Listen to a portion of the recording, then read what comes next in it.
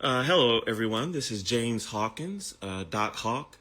Most of you on here probably will either know me as a colleague, an associate, but also as a therapist and as a trainer, particularly in the model of emotionally focused couples therapy. And today, why I'm getting on here, I know sometimes I jump on because I do feel part of what I am trying to do in this time and season is to take the training and expertise or whatever that is. I want to take it and use it in a way to share what I do with couples and families and individuals around emotional and relational distress to really be able to break out of negative cycles within themselves around their own emotions and fears and needs in around out of some of those same negative cycles between them and others. And when I say negative cycle, what I mean is not the outcome of the result. I mean, it becomes a negative cycle because instead of people being able to, one, within themselves, to slow down and curiously and empathically make contact with their emotion, they don't feel safe doing that. It can feel overwhelming. So then they find ways to live in protection and get away from that. It's one thing that's torturous within yourself when you're uncomfortable with parts of yourself. But then when you are also uncomfortable with parts of yourself, then you also become usually uncomfortable with parts of those when it shows up in others. So if you're uncomfortable with emotion in you or don't really know what to do with it in a safe way, then you also will become uncomfortable with the emotions of others. And then instead of responding to them, inviting them, you usually respond in one of three ways. You either will shut down and move away from other people's emotions, or you will kind of lash out and attack or dismiss or invalidate other people's emotions. Or you could just also there's another one, you could just become frozen.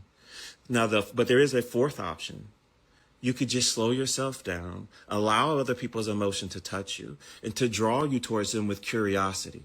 This does not mean validate. This does not mean in any way emptily placate people, but it does mean I'm curious and willing to be open to you. So this live might take a little while. So thank you I see some of you dropped in. Thank you. So I want to let you know this might take a little while because I'm trying to be authentic here, and I want to go ahead and say, I'm probably going to say some things imperfectly because I'm an imperfect person who is still a work in progress, no matter how many years and how many reps of practice I try this. And I think I want to shout out one of my friends and colleagues, Dr. D. Aaron Washington, because one thing that he did his research on that has a profound impact on me even still now. And I'm saying all that because that's just cultural humility. And when I mean by cultural humility, I'm not just talking about some fad in culture in society right now when they say culture.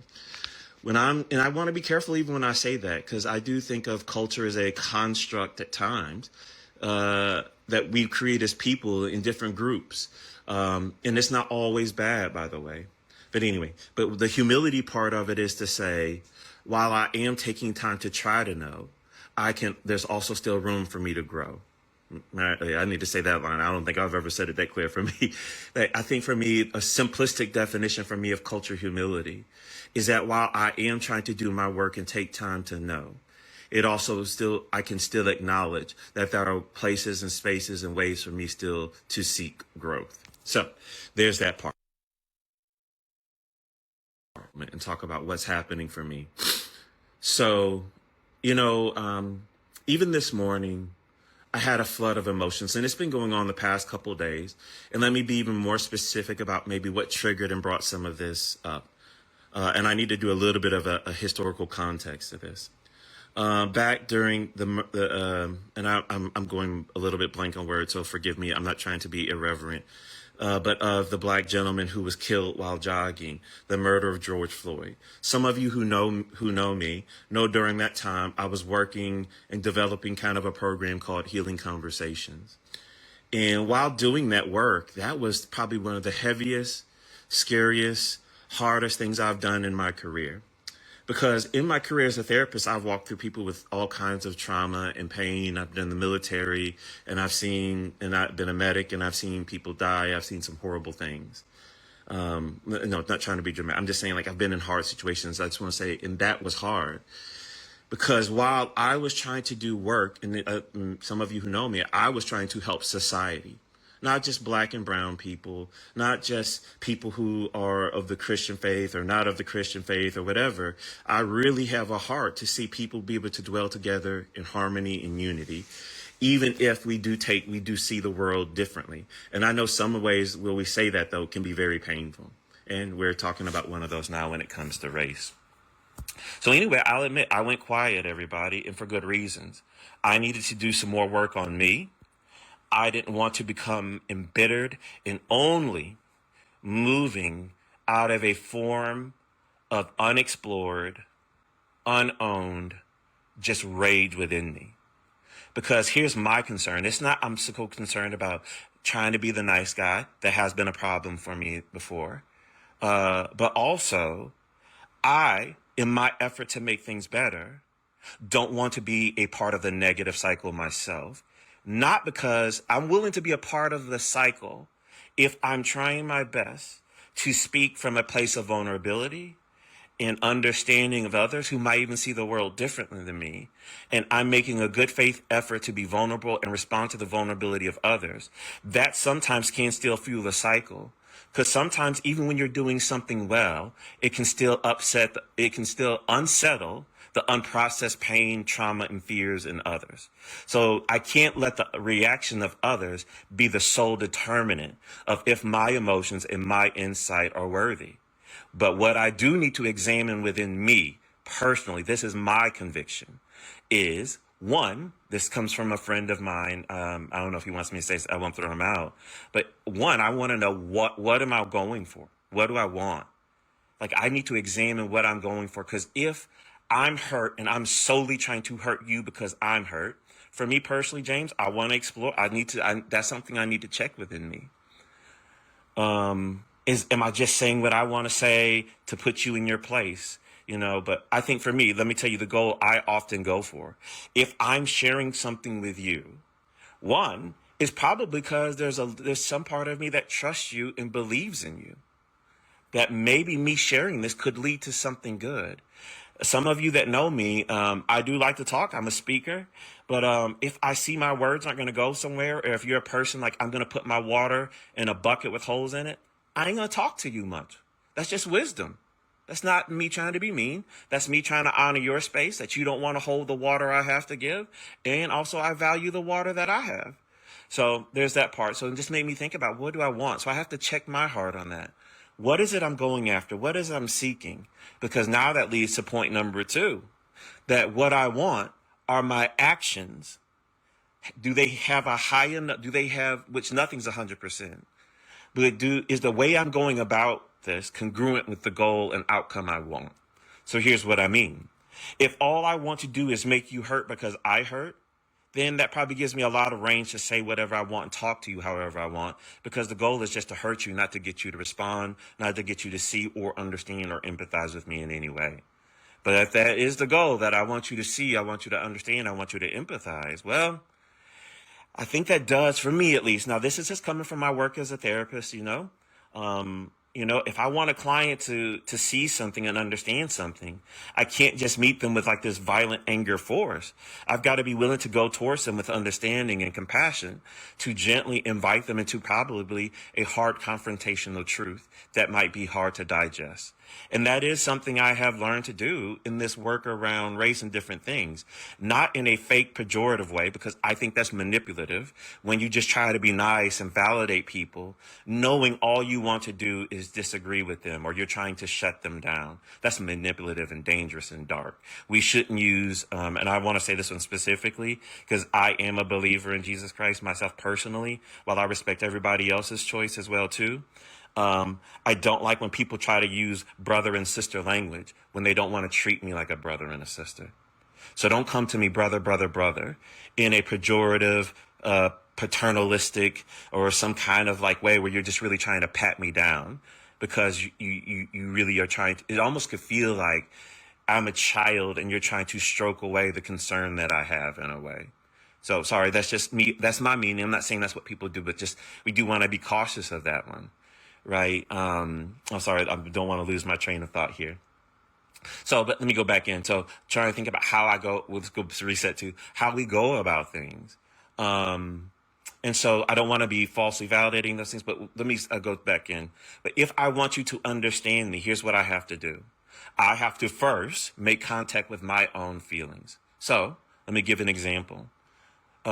This morning when I got up and I was working out, and I just pictured some of the things I've heard and seen over the past couple days. And it brought up a lot of sadness, a lot of anger, some like just almost rage in a way, right? And in that, that's not bad. But then I was thinking to myself, why this anger? Why is this rage swelling up within me? And then I realized it's because I'm hurting. It's because there's a feeling of, and maybe it's not, and let me see, I say feeling, but it's like a sense of betrayal, disappointment are some words. In particular, now I didn't say that, like seeing the words of our sitting current president and the portrayal of the Obamas as ape. And this isn't about the Obamas.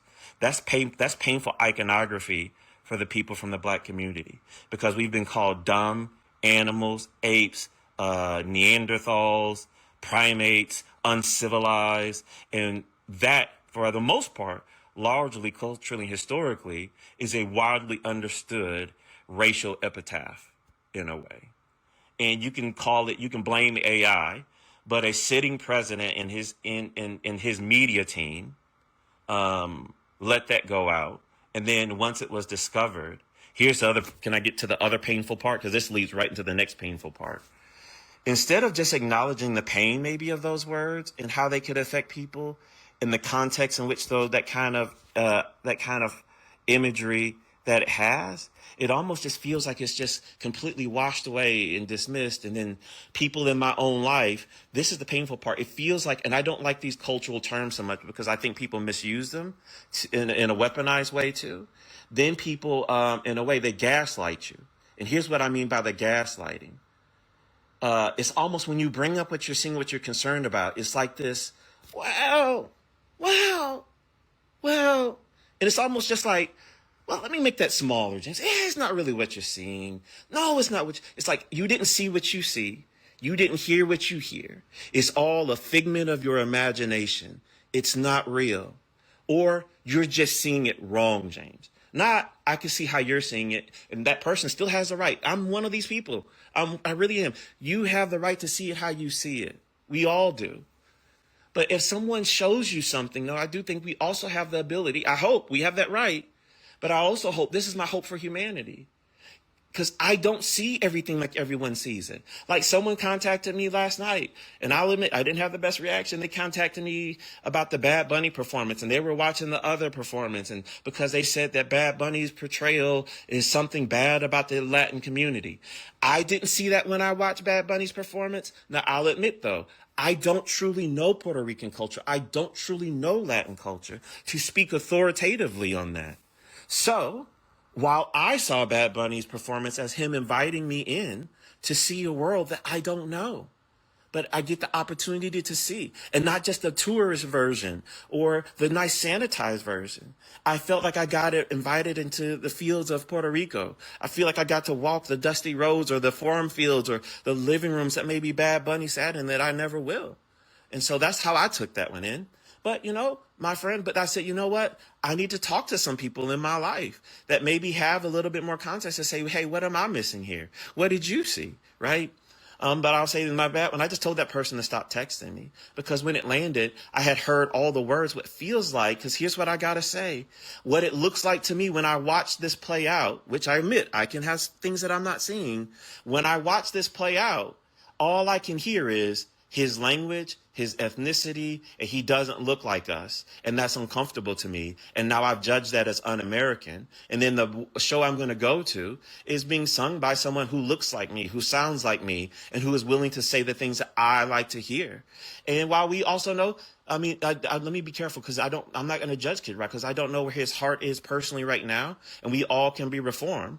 But he's got like a lyric in some of his songs about that sounds like pedophilia, about underage kids and rollies and 40s. And I'm like, hold on, what are we doing? But at the same time, he has that right to, I hope that maybe he could go back and say, yeah, that is who I was, but this is who I am. And that can be true. But I just got to say the optics of the whole moment, though, I'm like, what's the story we're telling you? What's the story I'm seeing, right? And don't just tell me I'm not seeing it, like, cause help me explain this. And don't just move away. Don't try and just move me away from my point without at least willing to look at my point.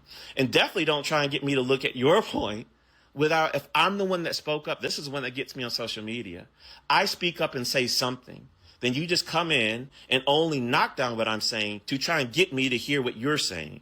How does that play out? I mean, think about that. The reason why that one sticks out to me, that's what happens to the couples that I help. The reason why they get stuck in a cycle is because one person might speak up about something that they're concerned about.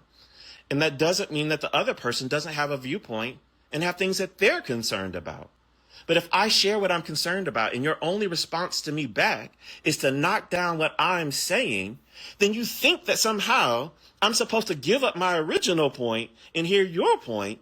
That just feels like kind of crazy making to me. And by the way, that's the basis of a negative cycle. Because when someone takes an act to reach, you have to first, one, seek to understand. Then I think there is a sense of understanding and finding a common point of understanding and possible empathy. If you can, if it's real, don't be fake about it. And then after you've responded to me and you fully understood me, and then you check in like, hey, am I truly understanding you? Am I truly hearing you?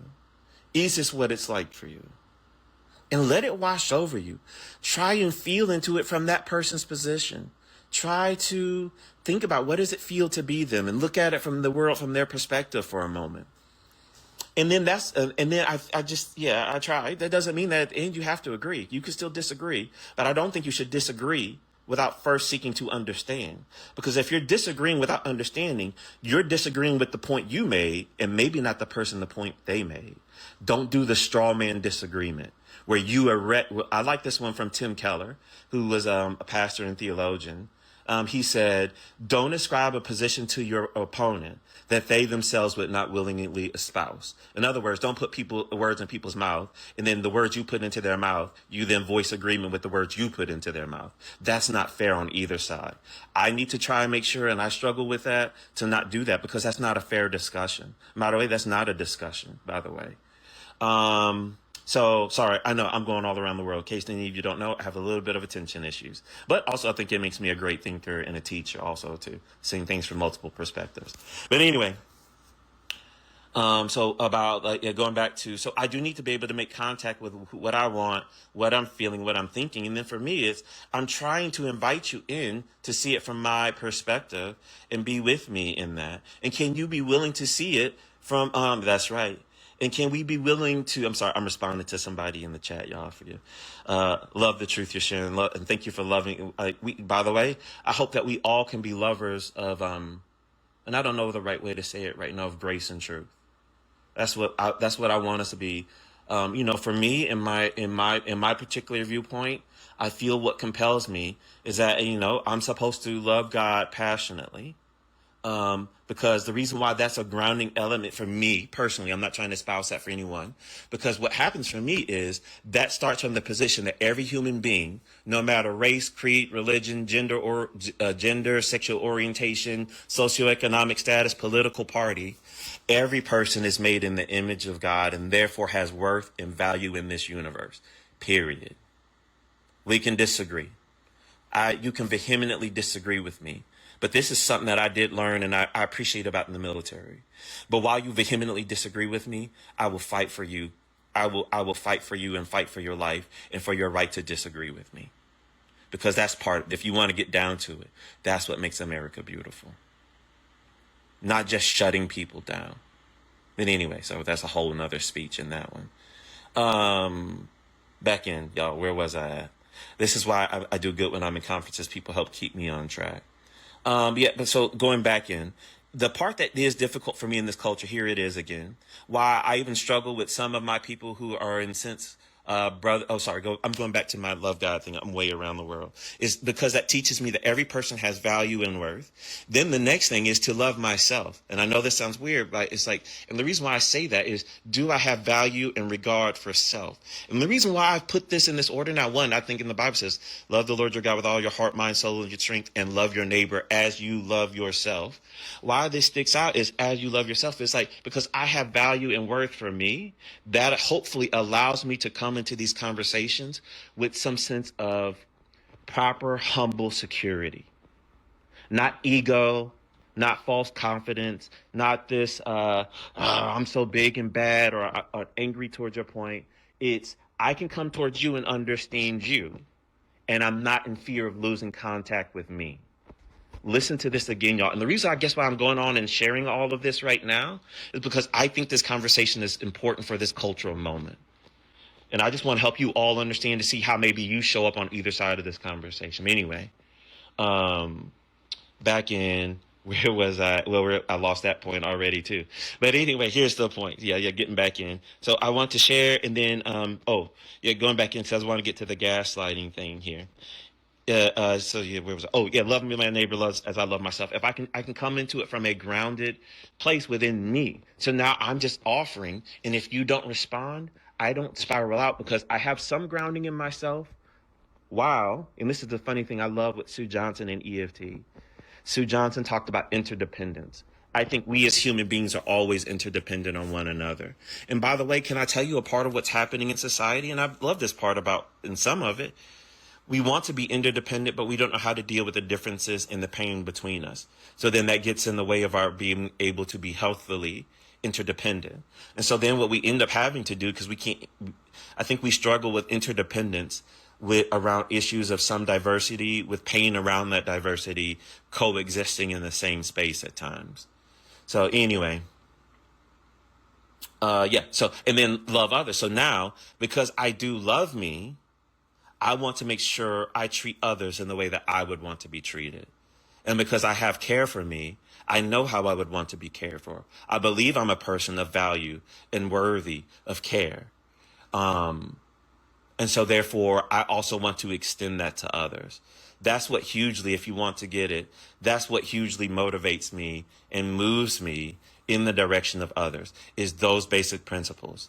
There is a higher power beyond me that created all people. And at some point in time, I'm going to have to give an account to that higher power for how I treated other people, because I'm not the one that gives people their worth and their value.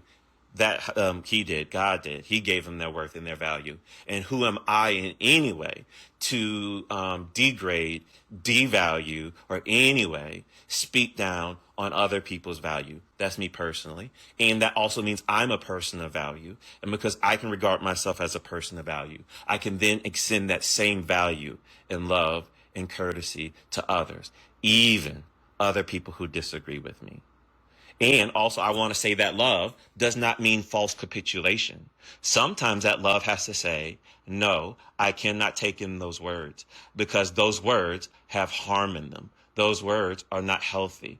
That perspective, I'm concerned about how it plays out for humanity. And I can set a boundary. You get to believe what you believe and see things your way, while I also get to see mine. And I think it's best right now that we stop this conversation to help protect my heart and mental space, and also to let you protect your heart and your mental space. Because I'm concerned, if you keep speaking this way, also what damage are you doing to your own psychology of self and your psychology of others? Or, and when I say psychology, you can make it soul. What are you doing to your own soul? And what are your words and the ways of you looking? What is it doing to the souls of others? Because you do know psyche means soul, and psychology means study of the soul. Anyway.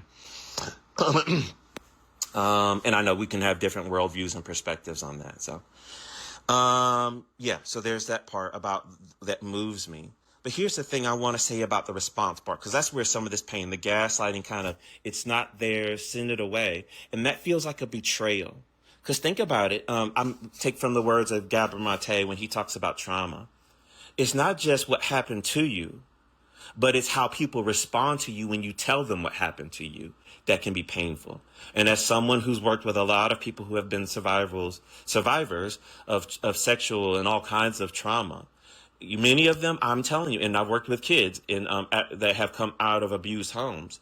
And while there is the trauma of the event, the one that usually I hear that we have to spend most of our time in therapy working around, it's the trauma of people who didn't care for them when they told people what happened. Yeah. I'm slowing down with that one intentionally, because that's the opportunity we get in this current context. That's the moment I'm trying to call us to, I guess, in this season. Is if your brother and sister, if your fellow neighbor, if your fellow human being, your fellow community member, your fellow co-worker, church member, synagogue member, whatever, if they're open up to you and they're trying to invite you to see something that they're concerned about, you have now been invited into an opportunity. Now the question becomes, what will you do with the opportunity? Who will you be? How will you show up? Who are you representing? And what is the way in you show up? What's the message it's communicating? Is it communicating that you're only concerned about you and what you think and how you see things, and that they shouldn't see things the way that they see it, and that they just need to shut down and accept things the way that you say it? You got to think about, how are you landing on the people who are inviting you into an opportunity with them? And let me say this, I want to be fair. Not everyone who opens up and shares is inviting. Because some people do just come in and they just blame, they accuse, they just do things. I know that, and I struggle with that. I have to check that. I sometimes have to go back and apologize from that. But you know what I'm doing right here, right now, though? I want you to see that while I'm also talking about what hurts me, I also know that sometimes the things that hurt me, sometimes I can be the perpetuator of. And I hate that part of me. I mean, I shouldn't say I hate it. That's a part of me I want to grow. I want to keep changing. But I know I ain't the only one. We all are in that process. And if anybody comes into these conversations and they think they aren't, that makes me feel that feels dangerous to me. But maybe, once again, there probably are a lot of people out there that are way better at this than me. Maybe they're way more grounded, attuned, and they probably really are better at this than me. I just know I know my human limitations and frailties and my so while I know some people says emotions aren't to be trusted, emotions are information in context. I just also know that while I feel what I feel, I have to think what I think and evaluate what I do. Let me say that line again, that I can feel what I feel, I can think what I think, and I can also be curiously compassionate and examine, why am I feeling what I'm feeling? What is it trying to tell me? I know all of my thoughts and the things that I think aren't completely 100% true, especially when I'm making meaning for other people. And I also need to examine my own actions. But when people open up, the first move you've got to be willing to do is try to let yourself feel with them. That's it. Just feel. I'm not saying you lose your thought. You still can have all your views, but allow yourself. What's the pain? What's the concern here? What's the joy? What's maybe the longing, the fear, the concern? Oof, wow, what is that like? And how are you looking at this? And maybe what they're saying, some of it you disagree, but just make sure you hear it all out. Because also the meaning we make about things affects how we feel about things and how we act towards things. So there's that part. I'm sorry, I was just reading some of the comments I'm seeing come up as I'm talking. So that's the first part. And then hear them out. And then before you make your counterpoint, because this is the part, some people want to honor their counterpoint way too fast. But just because you said one nice thing really quick, and I'm guilty of it, and Sue Johnson taught me this. One time I was talking to Sue. Sue's a famous therapist. She formed the model of emotionally focused couples therapist. And she said to me, James, if therapists aren't willing to repeat themselves 5 times, they should pack their bags and go home. And I was like, Sue, what do you mean? And she said, because you said something, when someone's hurting or afraid, just because you said a nice thing one time, doesn't mean that the fear center of their brain allowed them to hear it in their prefrontal cortex. And the prefrontal cortex is your more kind of cognitive reasoning part. And in moments of fear and emotional heightenedness around some of these conversations, your prefrontal cortex, almost like they say, it flips off in your brain. And by the way, I think this is a part of how we were made to be. You go into fight flight response because your brain, this is coming from my particular worldview, that God has put life in the human heart. And so in moments of fear, our brain and circuitry is already wired to act in a way to preserve our life. And so we're going to initiate our protective response. And that's where the fear response comes on, to not always think so clearly. It says, get away from the scary snake, until you find out when the lights come on, what you thought was a scary snake was just a wound up garden hose in the dark. Anyway, so back in. So when a person opens up to you, you have to first be willing to really speak to the fear and the emotion first. I know. Yes, that would be painful. That is hard. I can see how important this is to you. Ouch. Yes. Just really be with them first. And then try to really understand. So help me see, like, what else are you seeing? What does this mean for you? What is your heart hoping for? Man, because then in that search and that exploration, you might find out y'all have some things in common, but while you still have some things in agreement. But can I go another side segment here? You know why I think the response part gets blocked?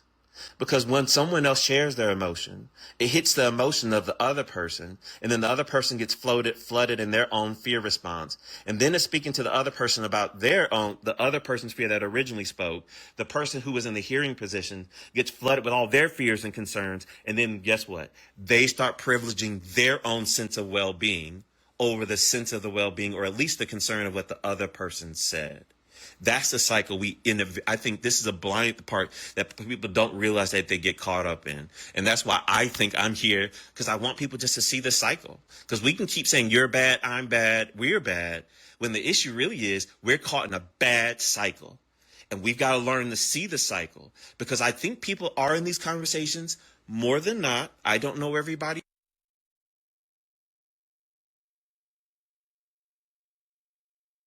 With your good intentions in the negative cycle get flipped upside down.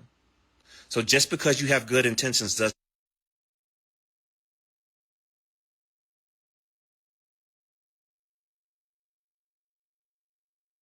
wife, and I got to answer my wife's phone call. But y'all, I hope that in me sharing this, it resonated for you in some way. I guess, where should I go? Maybe I should finish this out.